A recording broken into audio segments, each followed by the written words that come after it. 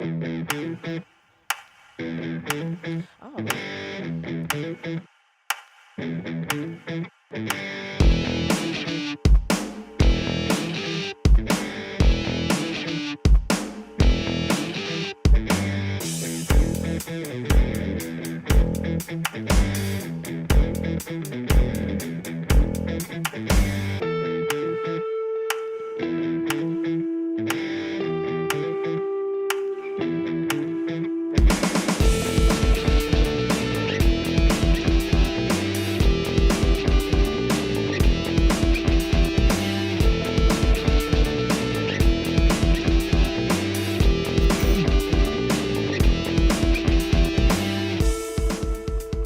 All right, Terry.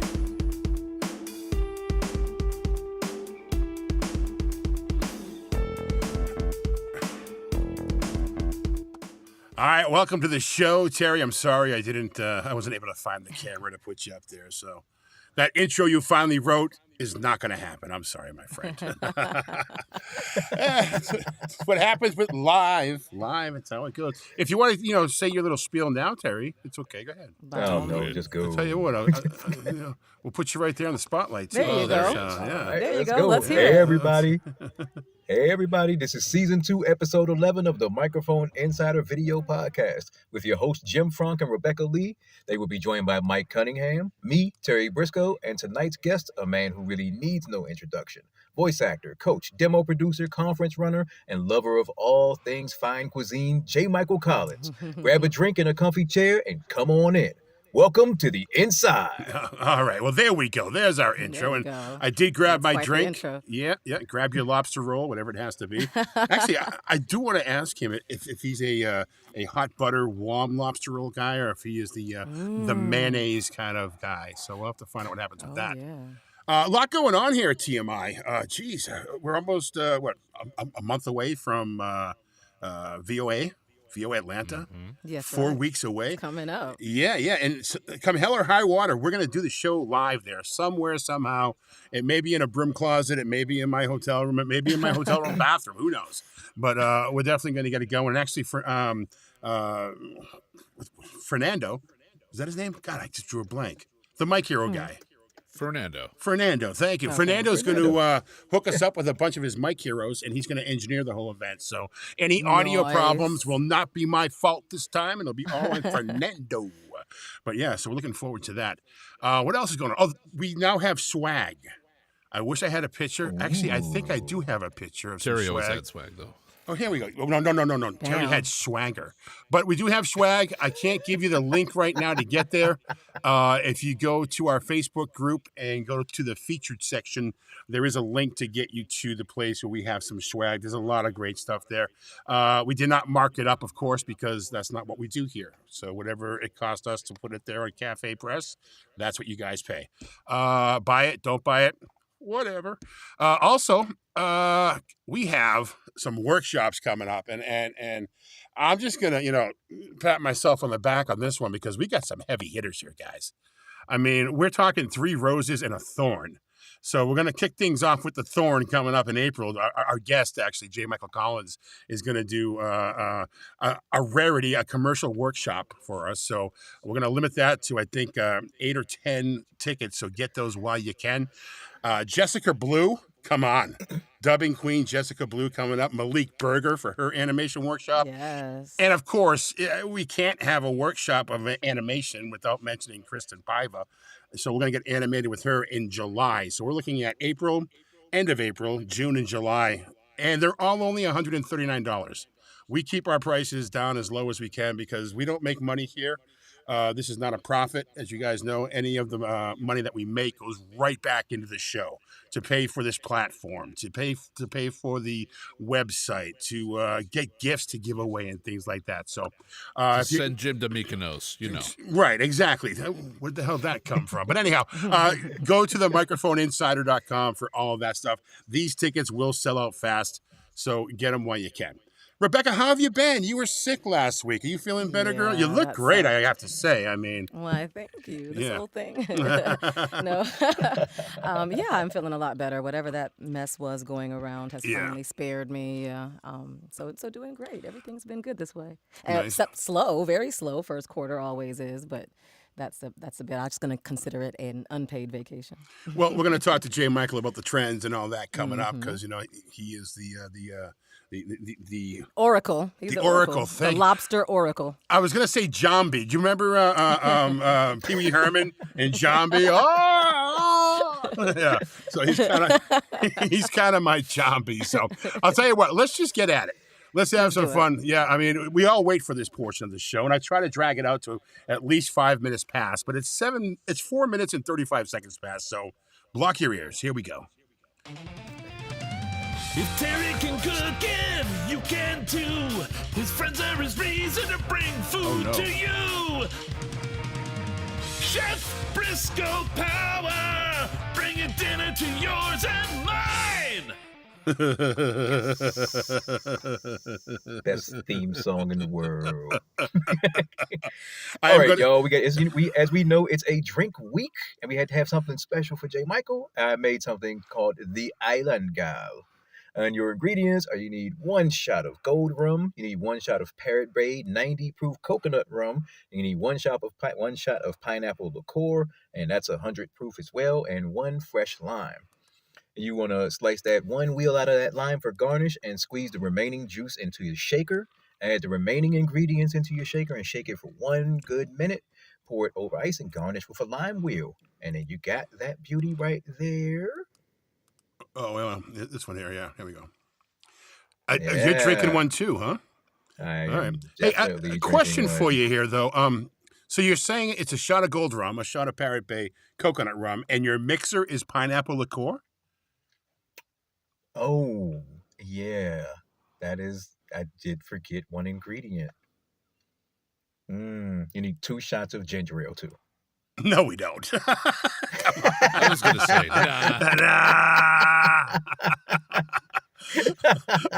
All right, we'll put that up on the website for you guys to check out too. Mike.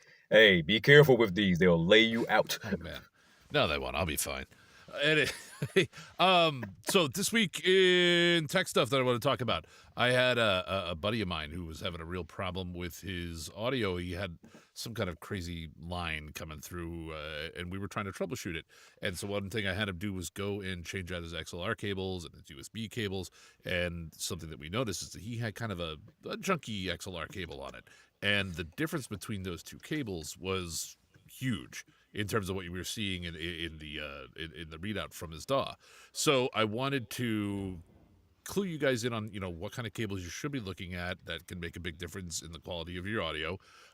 Some higher quality USB cables that are, from your interface to your computer, because that can cause problems and things like that. Some folks have an Apollo, they don't have a Thunderbolt cable, they don't have this, things don't want to connect, etc. There's a couple brands that we can look at to help you with that.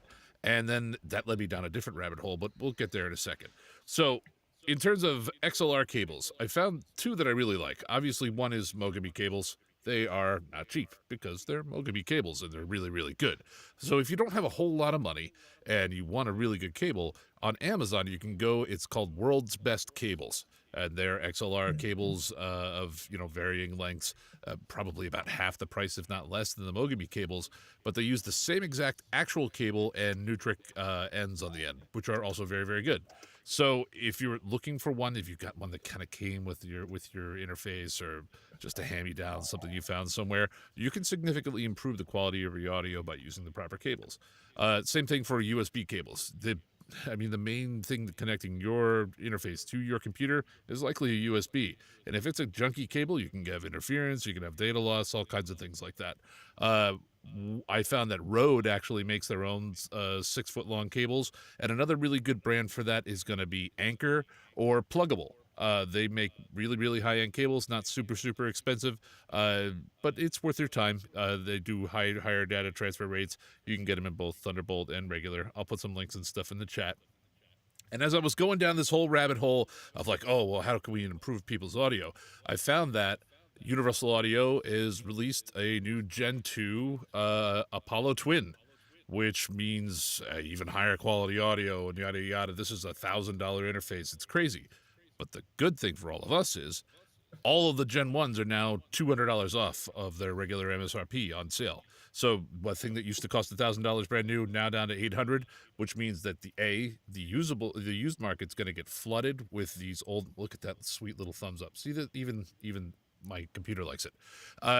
Used market's going to be flooded with the old Gen 1s as people upgrade to the Gen 2s, which means the prices on those are going to go down even further. You'll be able to find them for around $500, $550, around the range that you'd spend on an Apollo Solo. And if you have not used an Apollo, you need to try it. It's amazing. So I'll put some links in the chat, and, if you have any questions, let me know.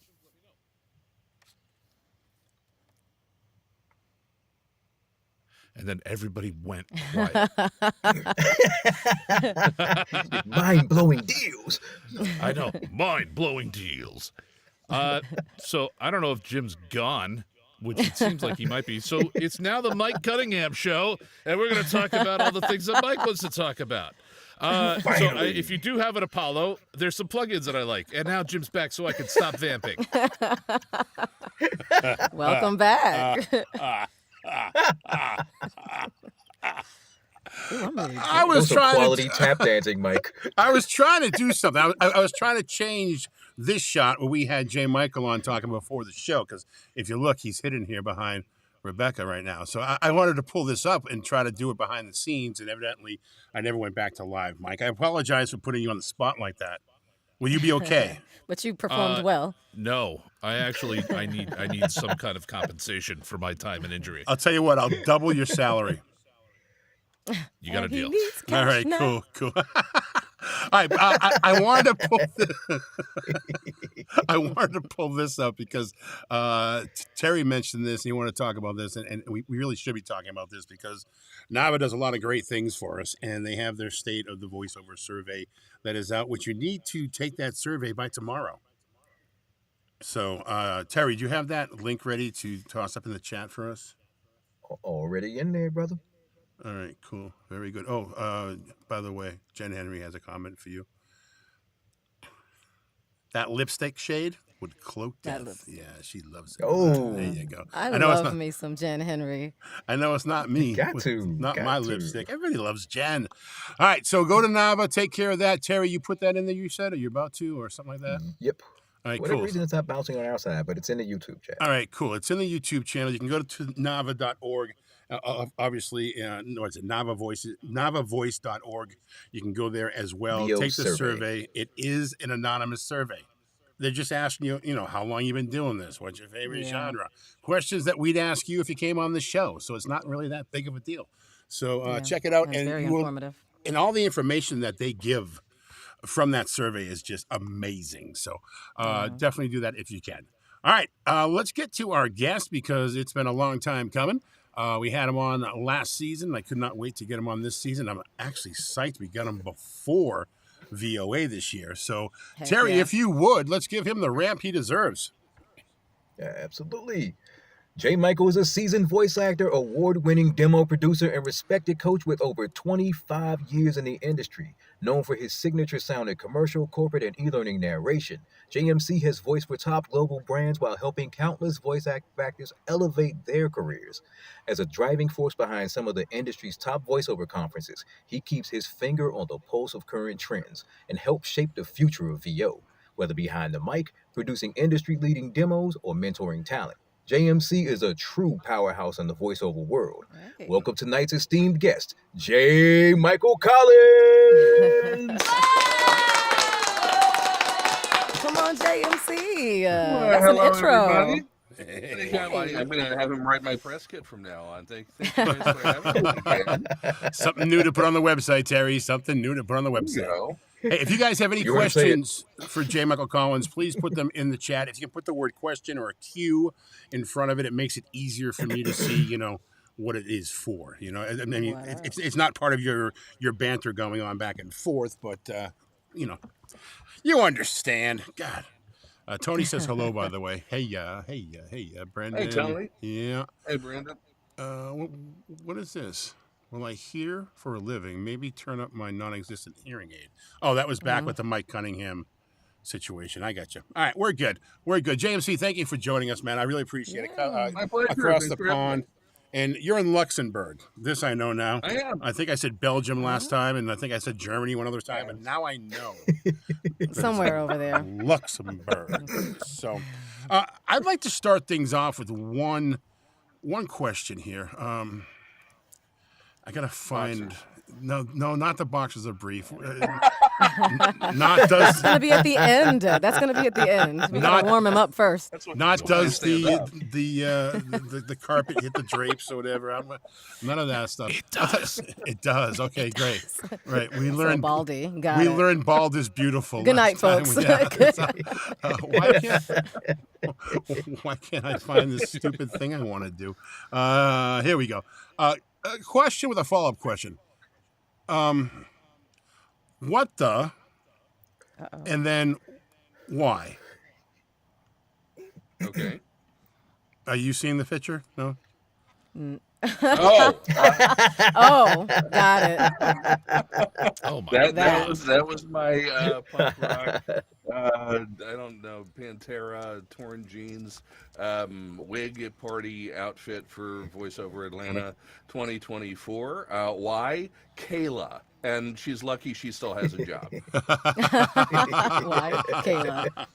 Got it. You know, I do like the fact that the JMC demo logo kind of goes in with the retro Matches Pantera. the shirt, right? I mean, it really looks like this was a promo shot. They Actually, pulled the whole professionally thing done. So, together. yeah.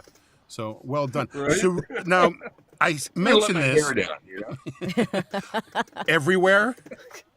No, sorry. I haven't stood up yet. Now that I brought this up, the wig party's coming back, correct? And we're not talking political wig. We're talking about the wig party at VOA, correct? Hey, these days anything's possible. Yeah, really, the Listen. wigs could be coming back. You never know. Listen. Yes, we will have it back this year. And that's going to be on Saturday night once again of VOA Atlanta. Okay. If you guys haven't got your tickets yet, there are a few tickets available, I think, still. Or did we sell out? A couple Better tickets get left? in there. Okay. The FOMO is gonna be real. Really, voatlanta.me. voatlanta.me. I do know there's only a few X sessions left, so get in there and grab those while you can. A lot of great things happening. We do have a question here from Brandon. Wants to know. Actually, that's Mike. That's not Brandon. Here's Mike. For new voice actors, manly reference or man? It's a manly. Okay. This mic here. Okay, I wasn't quite sure what was going on. Okay, cool. All right. Oh, because I was like, what new voice actor can afford that? Mainly reference cardioid. No, most can't, and it's a fun toy, but it's not a necessary tool. Okay. Right. Wow, was Fair that enough. Jim? Because why? No, right, that was not Jim. That was not Jim. That had to have been Terry. Yeah, they That have was their okay, mic. definitely Terry. All right, it was definitely Terry. Okay, I'm cool. louder than that. He's prouder than that. Uncle Roy has his wig packed, ready to go. Tab, I need to know what cosplay I need this year. Space Camp again? Oh. I think Stunt Driver's suit would be good with a crash helmet That would because be fun. you might be drinking. All right, Or we a have crash test dummy. All right, we actually have a legit question here from Tony, it looks like. If you had to start in VO in today's world, how would you approach it?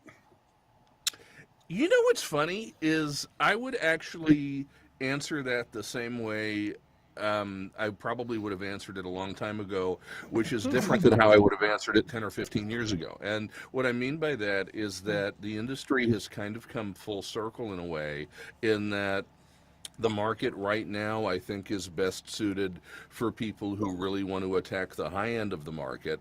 And when I first started in the business, I kind of started at the high end of the market because back then there wasn't a DIY world, there wasn't a pay-to-play world, there wasn't, you know, a go find your own work world. There wasn't marketing. There was, you had agents, you went in and you read, and you know, if you were lucky, you booked a few jobs a month and you made a living. And I think that now, because of the way that the online casting platforms are sort of becoming not the force that they were 10 years ago. The the way that you've just got a lot of people competing over the lower end of the business, that all of a sudden it's kind of the higher end of the business that is more exciting again. Whereas there was a time, if you go back to 2009, 10, 11, 12, 13, you get on pay-to-play sites and make seven figures. And I mean, there was a beautiful moment in time where that was very much a thing, and I don't think that world is as present anymore. Now, the direct marketing world, I think, has become a bigger part of it.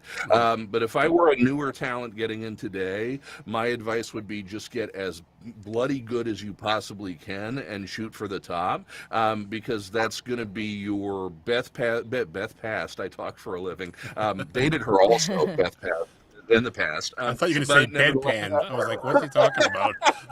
But that's going to be your best path to a higher end living in voiceover. Whereas the slogging it out route or the volume work route, I feel like that's in some ways kind of starting to fade a little bit. It had its heyday. I think the people who really crank out direct marketing and hit it hard and do it really well are doing pretty well with that, especially in non-broadcast narration and getting onto production company and ad agency rosters still. But if I were just starting out today, looking at the landscape the way that it is, I think the only thing I'd be attacking would be high-end national level stuff.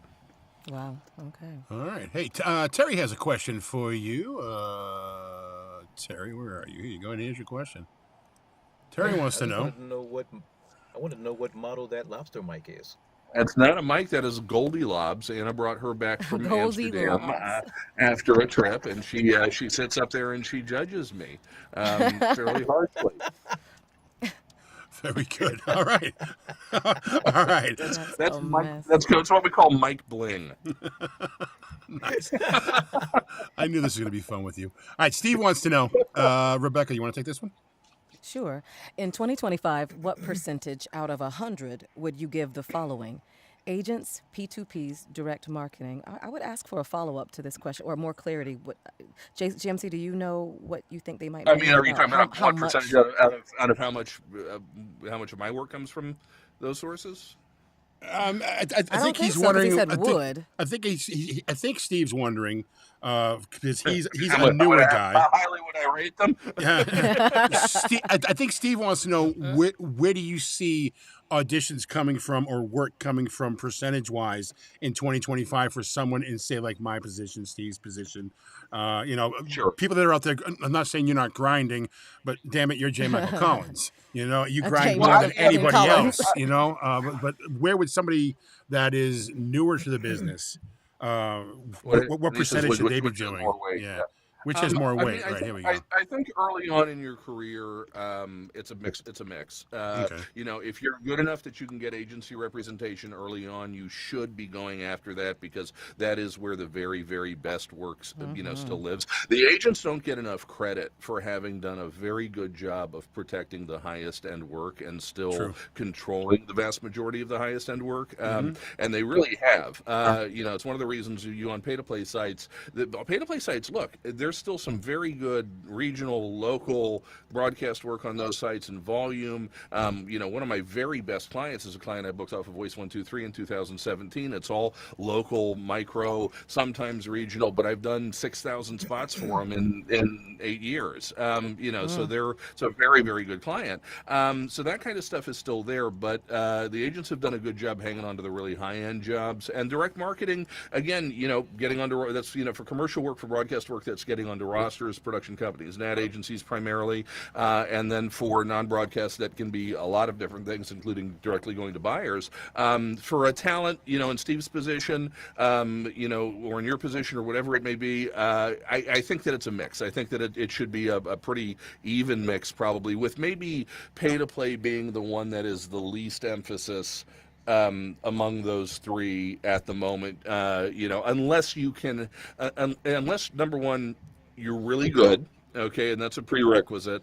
And number two, you're willing to give that $2,200 a year to Voice 123, because frankly, if you're not going to have a great experience on there. And their voices.com is they're turning their algorithm into Fiverr, basically, and so you're not getting the volume. The thing I haven't used Voices in 9 years, but I keep track of what they do.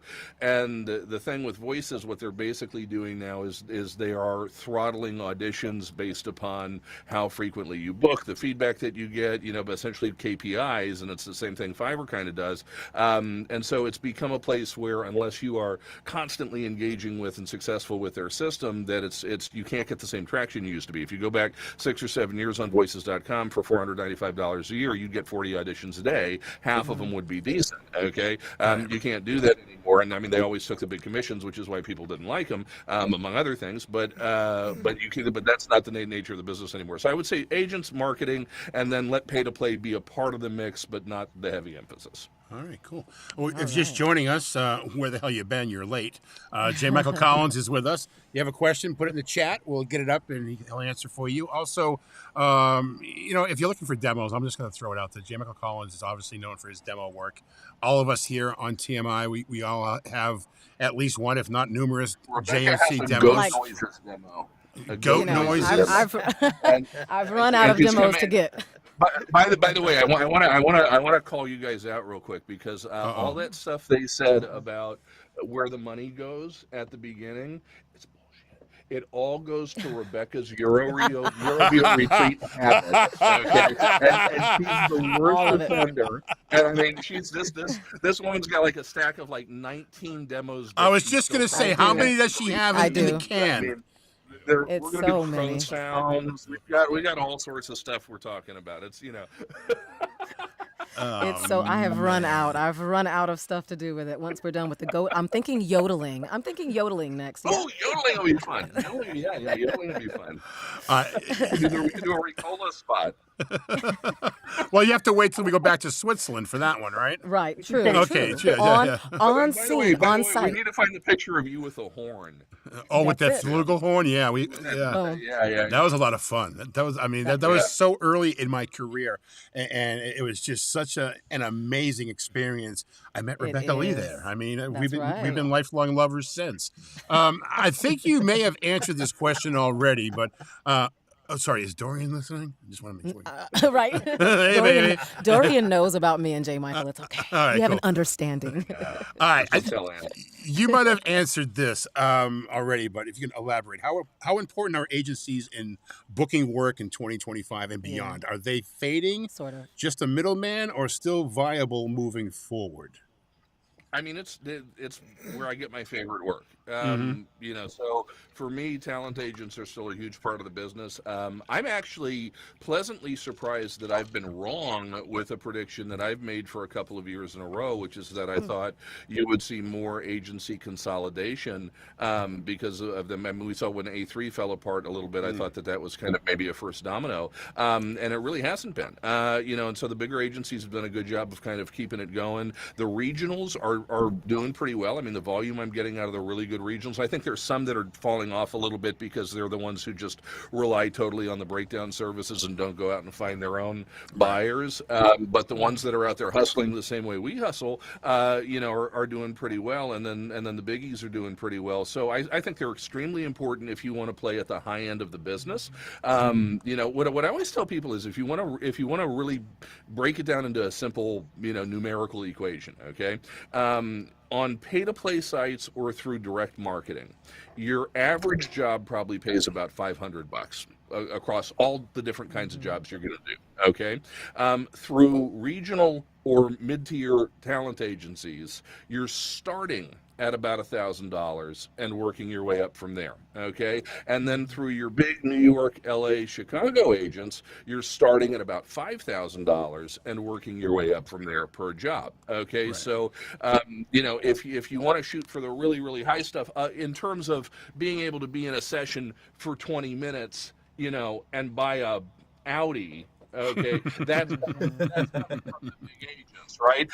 That's not coming through anywhere else. Right. Yeah, definitely. I did a 14-minute video game session last night. I think I can buy a 6-pack. So, yeah. And that was not through an agent. So, point taken. Mike Cunningham, you have a question here, Mike, and I promised. Oh, I don't know. You went muted again. Sure. What do you feel is an underserved hole in the market that someone could exploit today? Mike's all about the underserved holes. My 12-year-old You can take that however you want to take The it. wording. That was actually part of Mike's prom proposal that he did. Yeah. I had a beautiful dress and he didn't show up. All right? It was an undeserved hole, Mike. An undeserved hole. Oh my gosh. my 12-year-old wanted to say your mom.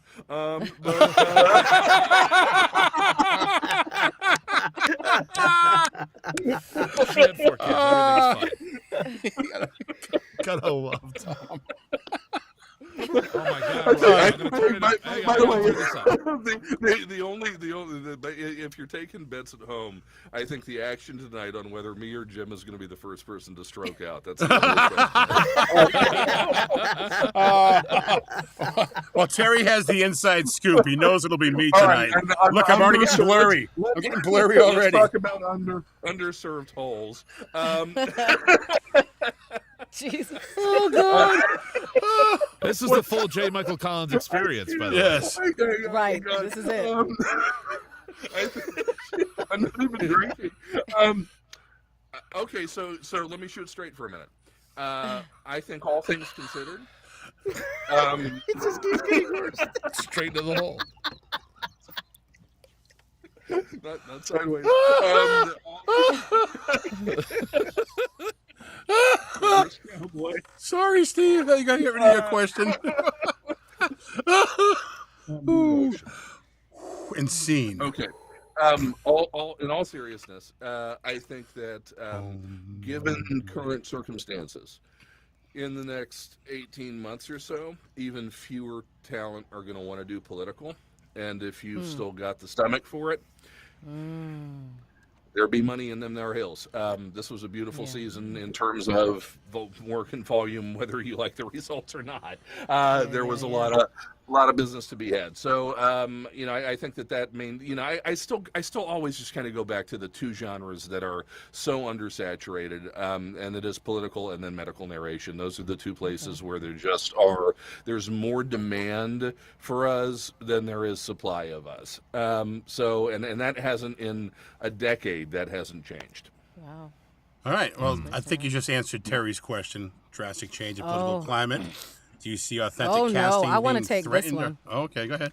Yeah, he took my question. This is definitely a form of the question that I was going to ask, which is with all this DEI stuff going down, now the trend seems to be to move away from that, it seems like, as companies are pulling out and they're deciding now F it, because F inclusion and F diversity and F authenticity.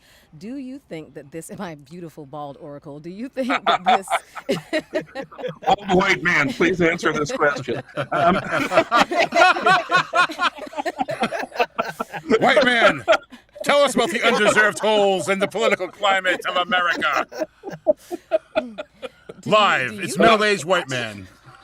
Do you So- know an I underserved love his hole? predictions. Like, do you believe this is going to impact those of us who were eating really well and riding that gravy train, or at least myself? I'll speak for me. Was riding that thing home. Here's what and I'm going now- to say. Yeah. I'm going to say you might be surprised by how little it will impact that. And I think that the reason is that I think what you're going to see is less emphasis on hiring particular demographics for the purpose of hiring particular demographics, and more emphasis on who is going to be most effective in selling and moving a particular product. The way that I had an ad agency person put this to me recently, which I thought was really elucidating, was that one of the big takeaways they had from the election was that they didn't understand, and commercial advertising has been in a crisis for a couple of years, and it's been in a crisis for a couple of years because they haven't been able to figure out why why they are not converting as well as they historically have with commercial ads. And the theory that was prevalent for a while was that they just didn't understand where the younger audience was putting eyeballs. Well, after the election, what a lot of people started talking about in the ad world was that what they didn't understand was what consumers were buying what products and were active in what verticals. And the way that this ad agency person put it to me, he said, you're going to see a lot of iconic Gen Z, and I'm by the way, this is borne out in the last 8 weeks in particular, the last 6 months, but the last 8 weeks in particular.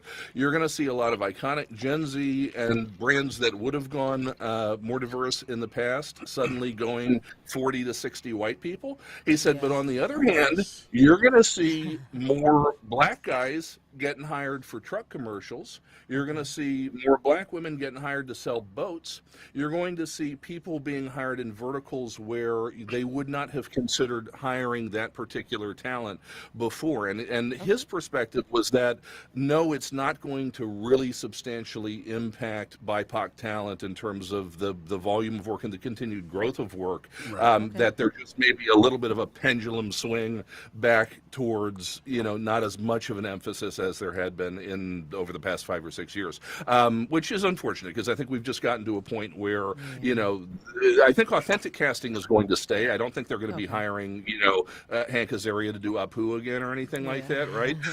But I think that what we're going to see is that it's just not going to be the primary consideration anymore, and it's more going to be, who do we want to move this product to? And I think the other thing that's also interesting is that geo-fencing is going to be a bigger and bigger deal as we go forward in the commercial world. It's already starting to seep into TV and to radio more than it ever has in the past, where you're going to wind up seeing, it's a thing right now. It's been a thing for years where, let's go back to political for a second, where they might run one spot, in a state, in a big state, right, in 25 different counties using 25 different voices with the exact same spot.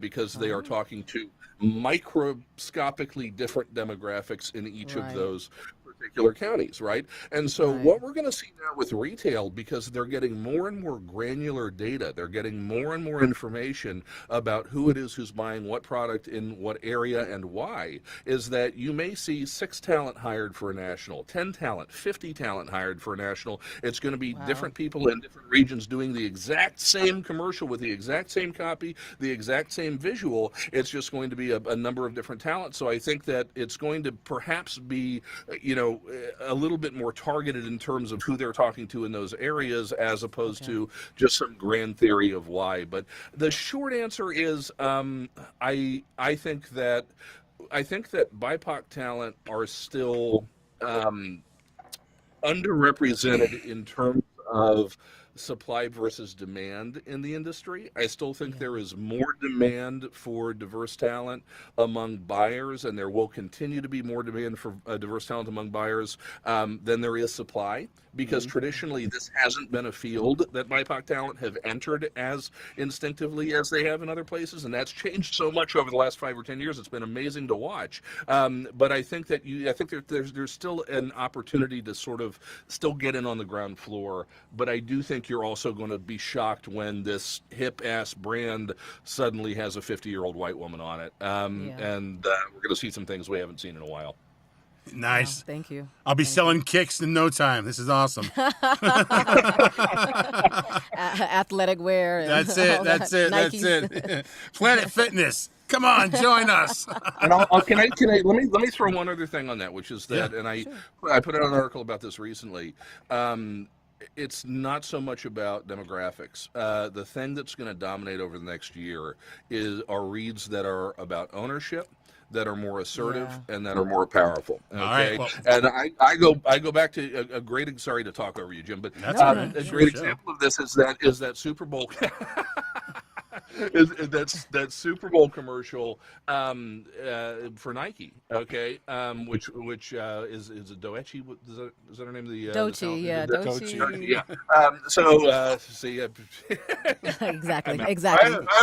Grampy Collins. What's her name? Dolce? Is it Dolce? Doja Cat. What's a Doja Cat? But in any case, that was a really interesting spot to me because if you heard that spot a year ago, okay, that spot would have been what we call empowered. It would have been, we have been denied this and we are claiming something we have been wrongly denied. Right. But if you really go and look at the visuals and listen to the read, what was really being said was, this is where we always belonged.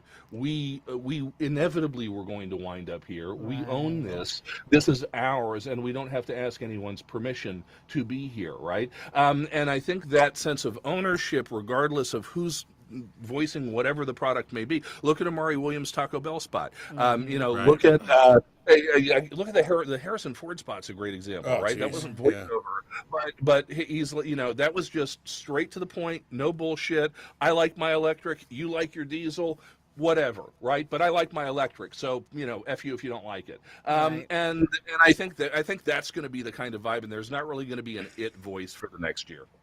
I really need more of this, please. Like, could you tell me what's driving this? What do you think is driving this authoritative, commanding thing? So a lot of people are just going to default to what's driving it is the result of the election. I disagree. Okay. I think what's driving it now is that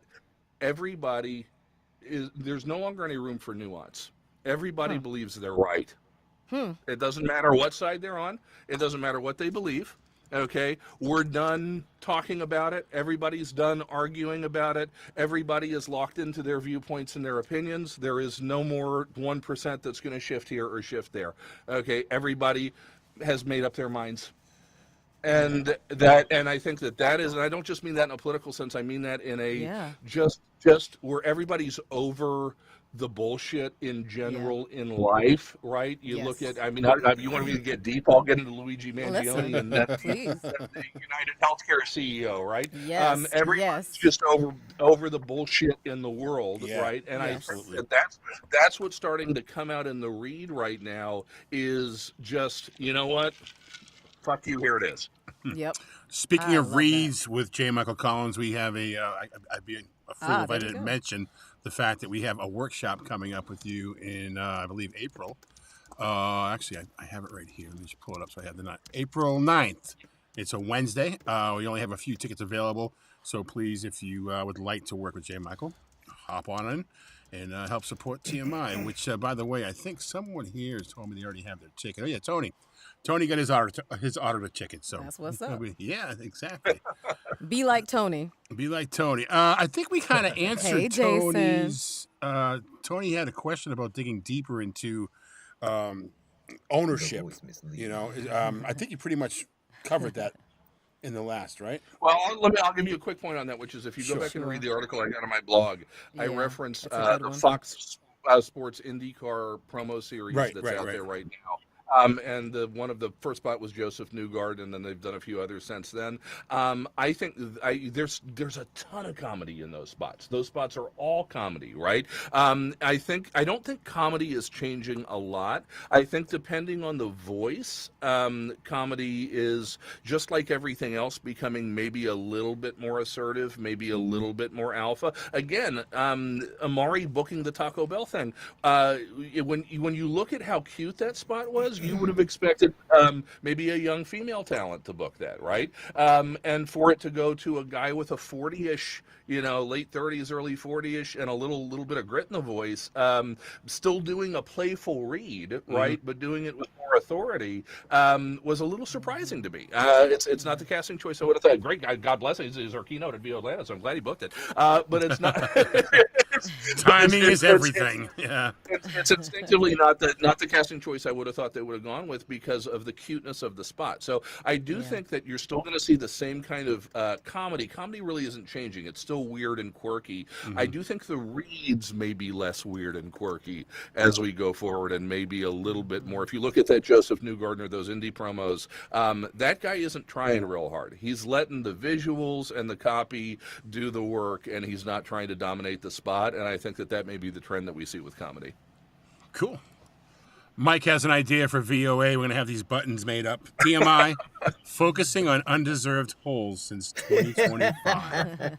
Or even underserved holes. Or even those Or how about overserved holes, Mike? I don't know. I keeping don't it know how back to up there. respond to that. I mean, we could go to the subject matter expert, Terry. Why don't you fill us in on overserved roll? If Terry can cook it, you can too. You can too. His Oh, friends God. are his reason to bring food to to you. you. This is the worst. Chef Briscoe. This show is fucking chaos tonight, by the way. What is happening? I think it all started missed with you. undeserved We missed holes, you. actually. I mean, that definitely set it off. There's actually a No. real question here somewhere. Hold on, let me find it here. Yeah, there was Brisk, a- actually, Terry, But do you had a you- real question, right, Terry? Where's your question? Here it is. Geo-fencing. Go. Talk. Go Okay, I ahead. see the question. I see the question. Okay. Well, when you say watering your lawn, do you mean focusing locally or focusing on your sound? Locally.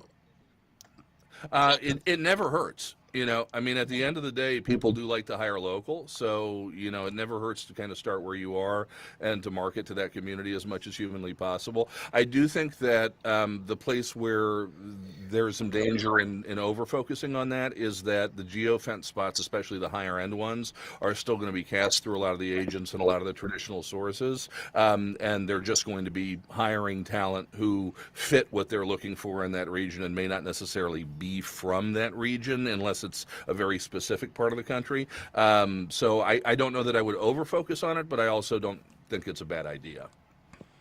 JMC, as this happens, the geofencing thing, does that mean each job is going to start to pay, the used to be nationals are going to pay less and less and less? If they're geofenced. That's what yeah. I'm hearing. And so I mean, but there's an upside to that too, which is there's more work. Okay, so you make it back in volume if you're a regular booker, and Okay. you know the companies may be running more ads. They're going to be probably going to be spending more on the voiceover altogether. Okay, so Okay. it doesn't mean every spot, but I do think that what you're going to see is maybe an erosion of 10 or 20% of what used to be national TV, purely one Okay. voice doing the whole country, over the next Yeah. 5 years or so, going to be moving in this Okay. direction. Okay, that's what's up. All right, Steve wants to know, do you think there's space Oh. for all For a whole 20 to 60, 85?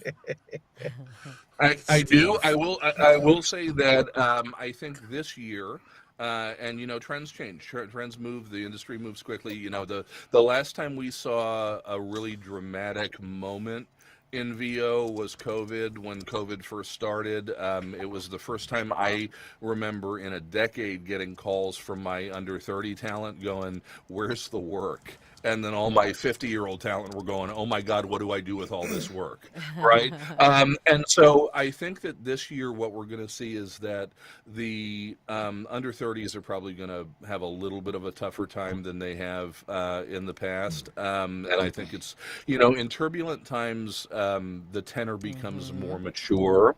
And I think that that's going to be, I will say that for the very first, it's really interesting just in the last, again, just a couple of months or so, I'm for the first time getting a little pushback when I shop 25, 35 talent to agents.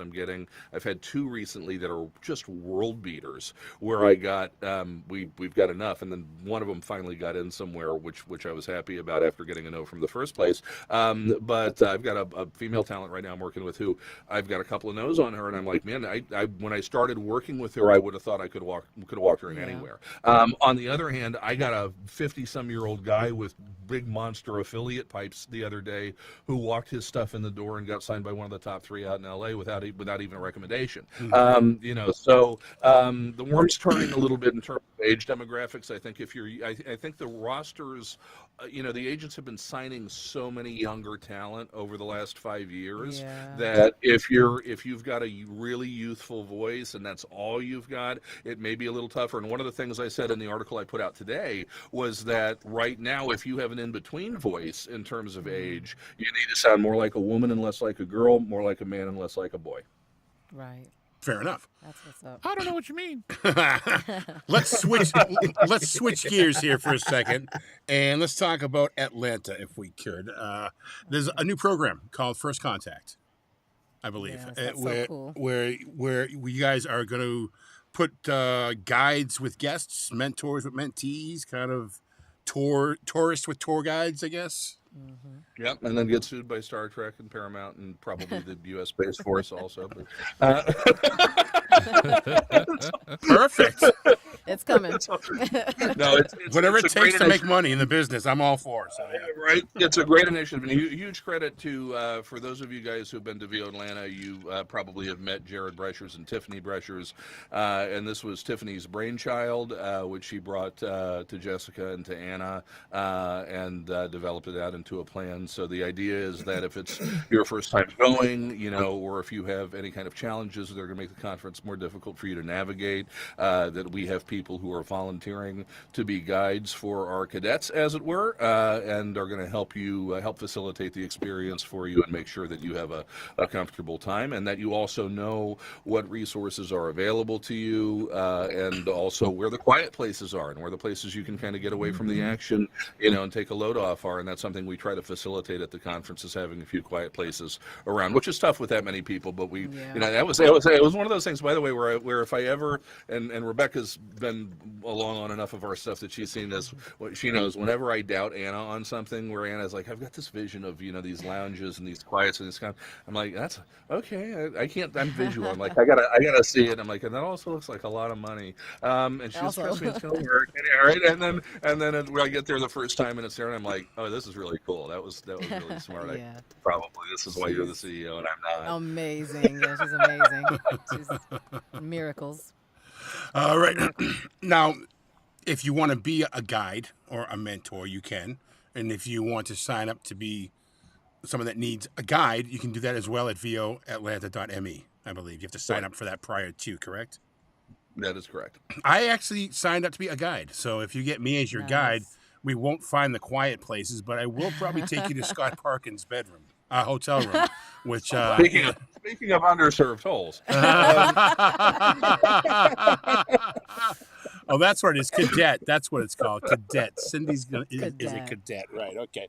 Let's see. What else we have going on? Oh, Jen Henry has something to say, and I love Jen. Oh, God help us. No, it was ramping up pre-holes. It was. Yeah, it was. You're right. It was started with the bald upstairs and downstairs situation. Yeah.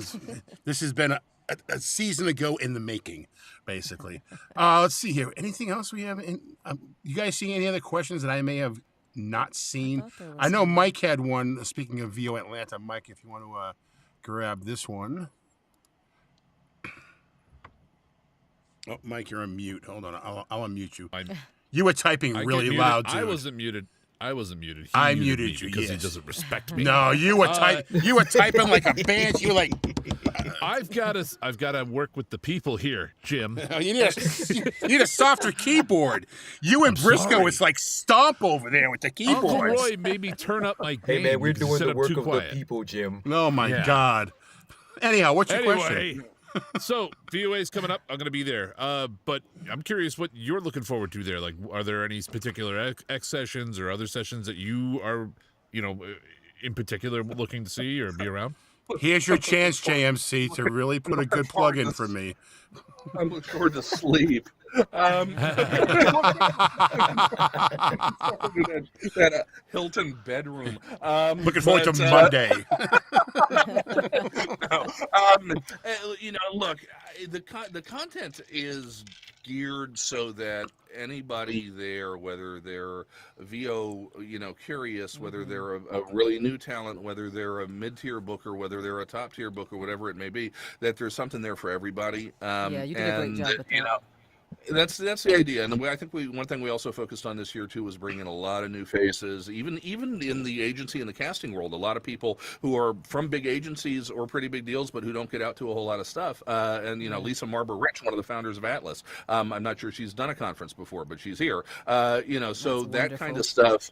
We've got opportunities to get very, very fresh perspectives. It's one of the reasons we chose Amari as our keynote. Amari is somebody who a lot of people will look at his IMDb and just see all that huge list of character stuff, right? But people don't realize he's on a gazillion promo campaigns. He's right now doing Taco Bell with Doja Cat and LeBron. He's doing, he's got all this other. He's a big commercial voice. He's probably one of the 5 most successful talent in the industry at the moment, and that's a huge thing. And I really wanted somebody who wasn't just all character, because we always go for the animation and the video game people, and I wanted and he is that too. But I wanted somebody who's got this, does in show. He's got all this other stuff. So you're going to hear some great stuff from Amari. So I just like the content overall for everybody. We added today, just today, I think we added an next session with Lisa Marber Rich. I think it's already probably sold out.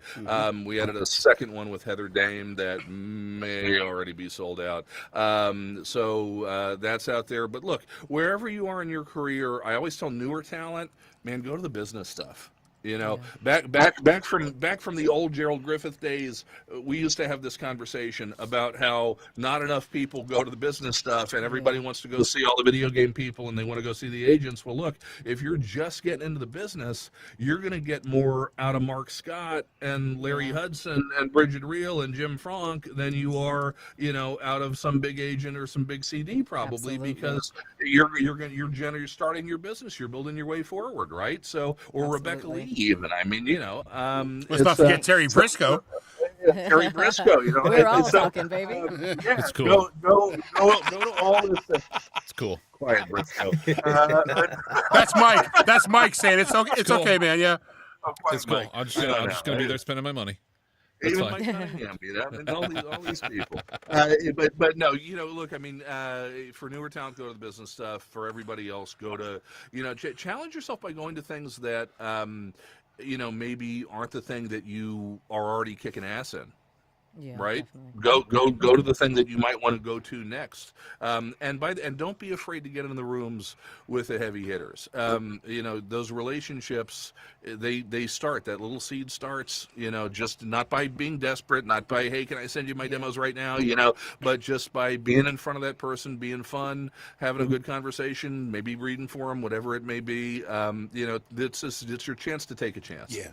Let's talk about that for a moment, because 3 of us met. Well, I knew Terry already, but Rebecca and I met as well. But the 3 of us were in Tina Marasco's class 3 years ago. Oh, I'm sure that was heaven for her.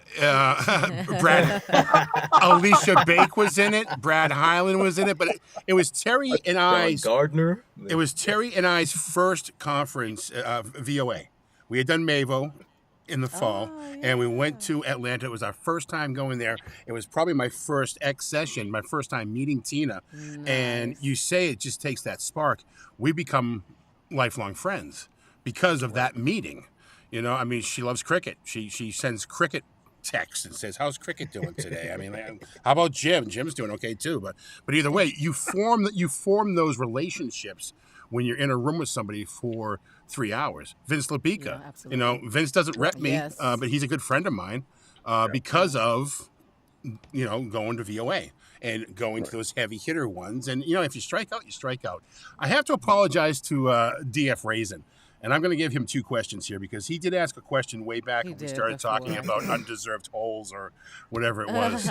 And I just kind of, sorry, DF, you got lost in an undeserved hole. So he wants to know, if you could go back in time, what crucial piece of advice would you give your younger self about getting into VO?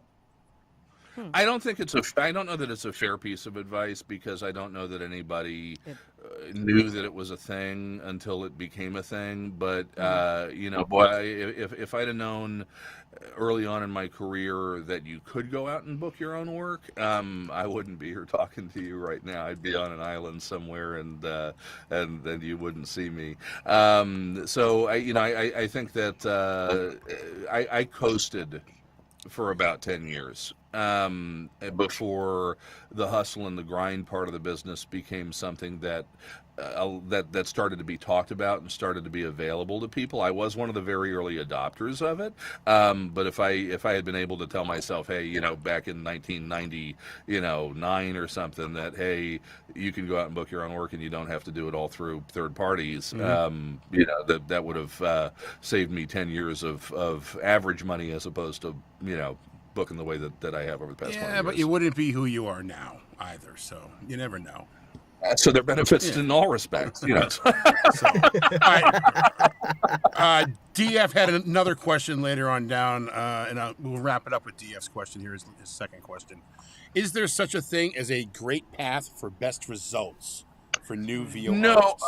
No, because I think every talent's different. The genres talent are interested in are different. I think if there's an answer that would serve everyone pretty well, it is within within the bounds of the things that you're trying to pursue, do it right. And by do it right, what I mean is get good training, make sure that when you are offering your product to the marketplace, that you are offering something that is going to be appealing to buyers, and that you're not just shooting, shots that then throwing a bunch of mud against the wall and hoping that something's going to stick. Know what you're doing. Be ready when you actually go out there and start presenting yourself and hanging your shingle. How you go about that, where you hang that shingle, I'm not judgmental about that. I please don't sell national TV rights for $50 on Fiverr, okay? But there are spots that are worth $50. There are the mom and pop in one little town that has a total budget for production of $2,500, including airtime. You know what? The pay for the VO probably ought to be $50 on that job. Okay, so I don't judge you if you're doing that kind of work. Get in where you fit in. Just whatever you do, when you do it in a way that honors the craft, and be good at it, and then take the necessary steps to get to that point. Don't cut corners. All right, Jen Henry. Oh, by the way, if you have a chance to take Jen Henry's, I don't know what she calls it. Fundamentals. Fundamentals. Thank you. Yeah. Acting fundamentals. The emphasis on mental. Exactly. And mental and fun. There's a lot going on. I'm actually doing her Wednesday class now, and I'm a repeat offender. So if you have a chance to check it out, definitely check it out. Yes, I am. Jen Henry has a question before we get out of here, and I don't know why things got all crazy big here. Let me fix that. Hold on a sec. Can we fix that? We can. If a newer talent had to select one X-Session category, do you suggest a more business-leaning track or performance? Business, for sure. Definitely business, yeah. Ding, ding, ding. 100%. Yep. I agree.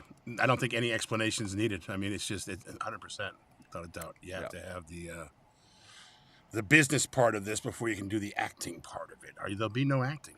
There's no show without business in show business. That's right. All right, you can perform for an empty stadium. I do every day. It seems like it's a small stadium, but I'm more of a small stage guy.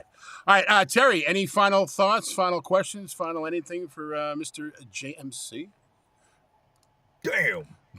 Beautiful. All right. I can't wait to buy you some scotch while we're in Atlanta. God, just not too much, please. I want a career when I go home. I'll bring you a Gatorade bottle for you. Don't worry. How about you, Rebecca? Any final thoughts or questions? I do have a final question. I just need to know, I don't know if you guys, whoever's had experience with JMC and email, this has got to be the busiest man I know in this industry. And it never ceases to absolutely astound me how quickly he's going to respond to what you instantly. write. It is sick. I don't understand how you do it. Are you cloned? Like, what's happening? How do you do that? How? I actually, you know what? I do have one little sickness, which is that, and I think people who are like this don't understand people who are the opposite way, and people who are the opposite way don't understand people who are like this. But that is that I cannot go to sleep unless I'm at inbox 0.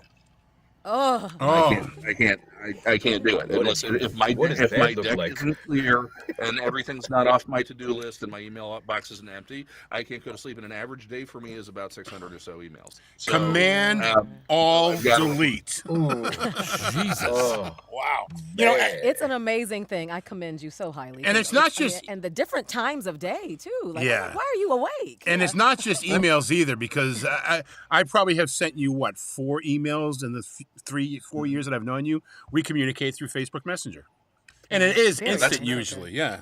I'll get back to you. Yeah, Yeah, he don't does. encourage people to do that, Jim. Don't. I was gonna say. Right? Now you're gonna get blown up. No, did I? Instagram is where it was. Insta. Stay the hell out of my DMs. Damn, we got to go. Thank you, guys. All God right, Joe. dang it. J. Michael Collins, thank you so much for being a part of our show and our craziness and our wackiness. We appreciate you so much. I appreciate you. It is. I can sincerely say that it has wholly been my pleasure. Oh, my. Wow. Oh my God! Hold on. Where is it? Where is it? There it Around the rim here. is. There it is. All right, we had. I wasn't ready for it, but JMC, everybody. Thank you, sir. We'll see you in Atlanta. Thank you so We'll see you much. in Atlanta. See you soon. Always a fun time. Always a fun time with J. Michael Collins. He's great. We gotta Yeah. do a part 2 or something. I really just love that. And the man is just a font. Like he really is an oracle. It's Yeah. wonderful talking to him. I think we should Wonderful slip him a talking to Mickey or something and get him on the live broadcast. You know, so Oh, so that'd be amazeballs. yeah. Oh, so what do you let's think? do it. Yeah. Not the That Mickey would be part, but the live broadcast amazing. part. Not the Mickey part. No, Drugs are totally bad, that okay? part. Absolutely. All right, guys, we're out. It's already past the hour. Time to Oh, go. Thanks for joining us. Thank you so much. The replays and all of our replays are on the YouTube channel. We get Terry Terry to Mer- point at Nava his survey. nipples. Oh, the Nava survey. Okay. Ah, not the nipple rings. Not the nipple rings. Got it. Right. Yeah. No, not the I nipple was rings. like- They're Damn. yeah. Not that Don't want mistake again. Damn it. That's a different website. That's the other TMI website. Yeah, right. All right, guys. We'll see you later. Jessica Blue's Terry. coming up. Where is this? Hold on. I'll just make sure we have Jessica Blue on our next show. And she has a workshop coming up at the end of April as well. JMC's workshop. Do not miss it. This one's going to sell out quick on Wednesday, April 9th. And like I said, Jessica Blue coming up right after that. Rebecca, great to see you. Always a Glad pleasure to have see you back. Mike and Terry, you guys as well. So good to have you guys Appreciate it. here and be a part of the show. My So, squad. and to all of our listeners, watchers, viewers, stalkers, DF raisins, whatever they are, thank you so much for being a part of The TMI. fucking raisin. The fucking raisin, man. We love you all. Love it. See you guys.